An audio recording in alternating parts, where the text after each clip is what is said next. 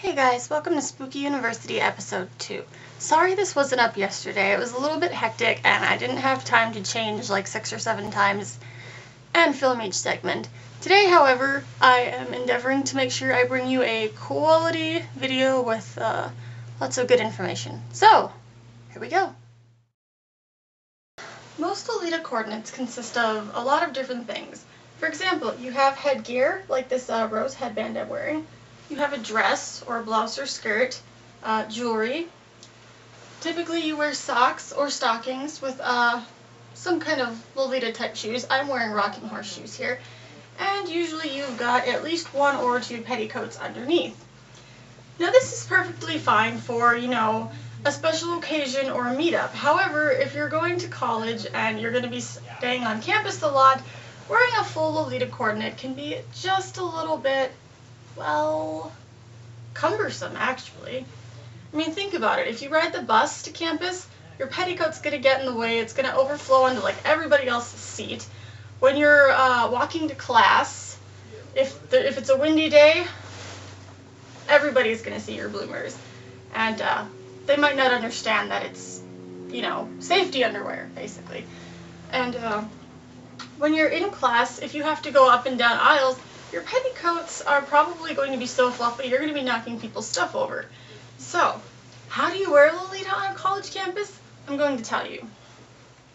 First, lose a petticoat. If you normally wear 2, take 1 off. See? Now you have a lot less poof. It's still got the same kind of pomp that you normally find in Lolita. However, the floofiness of your skirts is not so intense anymore, and you're less likely to knock things over.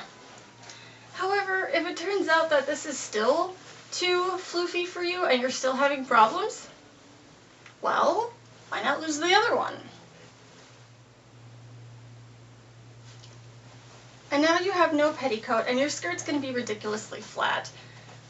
Normally this would be really frowned upon within Lolita. However, since you're going to be doing a lot of walking, a lot of moving around people and objects, this is purely practical. It still looks cute, it still has a Lolita-esque feel to it, but it's more practical for walking around a college campus. Next, let's talk about footwear. For me personally, wearing rocking horse shoes is very comfortable. However, you may be often wearing shoes that you find a little uncomfortable. Say, perhaps heels or clunky platform shoes or even some kind of boot with a heel on it, something that wouldn't be so conducive for walking miles and miles and miles around your college campus. What's a Lolita to do? Well, I'll tell you. You can swap out your fancy Lolita shoes for a pair of cute athletic Mary Janes. They're very practical for walking, but because they're Mary Janes, they still have a very cute schoolgirl Lolita-ish effect to them. You can find them at department stores, at Payless shoe stores. A lot of shoe stores will actually have athletic Mary Janes like this because not everybody wants to wear sneakers or tennis shoes when they work out. Some people want to be cute. These are also very practical for walking around.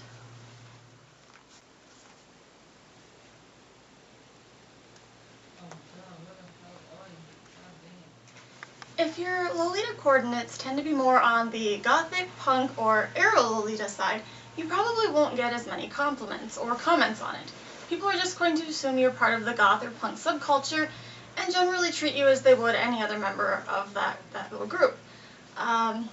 Also, it's a little bit easier to get away with wearing it because, you can wear more wild accessories like these checkered pattern tights or, a wild head bow with your gothic or punk style dress, and people are just probably going to come up to you and say, what an awesome outfit you have, right? Now, on to the next part. Let's talk about socks. Some socks are really just not practical. These, for example, would be much better suited for fall because they're over-the-knee socks. These would probably be a little bit uncomfortable if you're going to school somewhere where it's very, very warm and you have to walk a lot. In that case, I would suggest either wearing sheer tights, fishnets, or knee socks, or maybe even ankle socks that have a little bit of lace on the trim. Next, let's talk about headgear. Right now, I'm wearing a headband with a little bow on it. This is very common for Lolita. Some bows are gigantic and they take up practically your whole head. They're typically referred to as head-eating bows. This one is pretty moderately sized. It's still noticeable though, and if you prefer some hair accessories that are a bit smaller, you can have little bow barrettes that you just clip into your hair. You could wear a flower with a ponytail or a braid. Certain hats are very Lolita appropriate, so if you like wearing hats, you're pretty much good to go. There are a lot of different headbands that have very low-key bows and different motifs on them, like birds or bird cages, different things like that. A lot of your basic accessory stores, like Claire's or Icing, or if you're in Canada, Arden, will probably have things like this that you could wear. If not, you can also find really cute Lolita-esque hair pieces at places like Walmart, Target, or pretty much any other department store that sells accessories. If you're a sweet Lolita, you're probably going to have the most amount of trouble with wearing your fashion on campus. Sweet Lolita by nature is very girly, soft, childlike, and sometimes a little bit over the top. People are definitely going to notice you. So what are some ways to tone down sweet Lolita? Well, for example, get rid of the giant bows. Secondly, lose the lacy socks. Instead, you can opt for a pair of sheer or black or white, or maybe if you're wearing a pastel colored dress, a complementing color of tights. This will take away from the little girl frilly aspect just a little bit and make it seem a little bit more toned down. Next, aim for a simpler blouse. Something lighter and made of an eyelet fabric will keep you a lot cooler and can also be dressed up or down with a lot of different Lolita looks.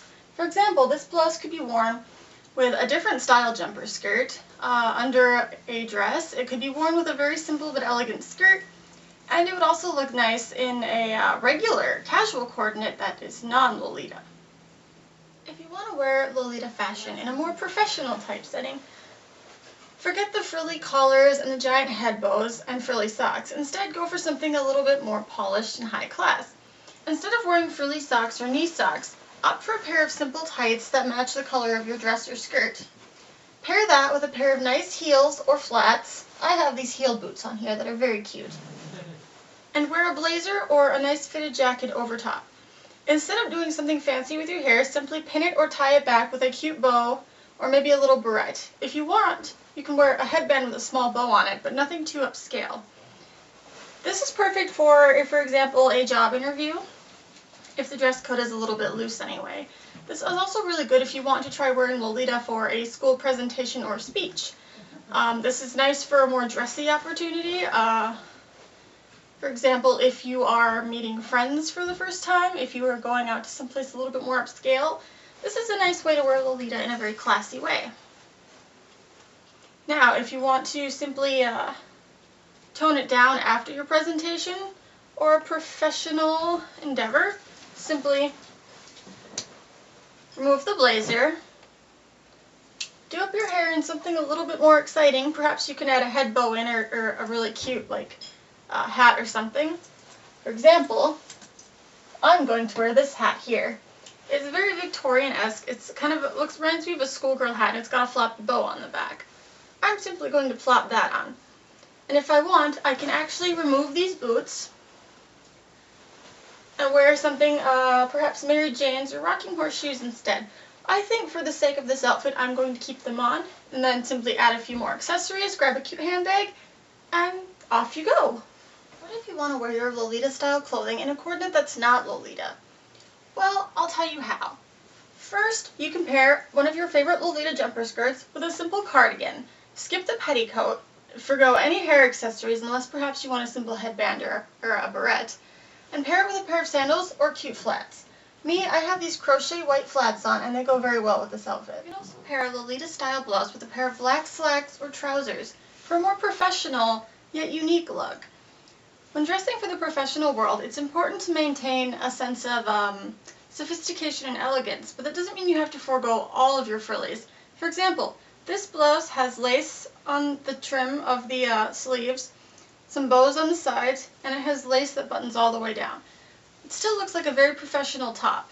Last but not least, for a very simple, low-key, and fun look, wear a simple Lolita skirt, or even your bloomers, if they're frilly and cute, as shorts, when paired with a casual top, or tank top, or even a t-shirt. For a really fun, but still cute and girly look. You can pair this with tights underneath if it's starting to get cold outside, or you can simply throw on a pair of sandals or flats and wear this to class on a really casual day. Add a few pieces of statement jewelry, and you're ready to go. I hope you enjoyed my video, and I hope you found some of my tips and advice useful.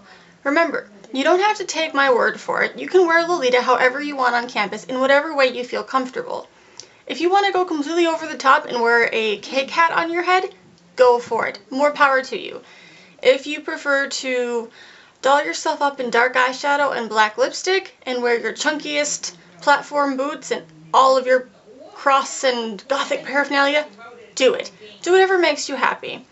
I hope, though, that for those of you who wanted to find a way to tone down Lolita, or perhaps just wear Lolita-inspired clothing on your college campus, I hope you found this video useful. And if you have any other tips to offer for my viewers, please leave them in the comment box below. Remember, take everything I say with a grain of salt and do what feels right for you.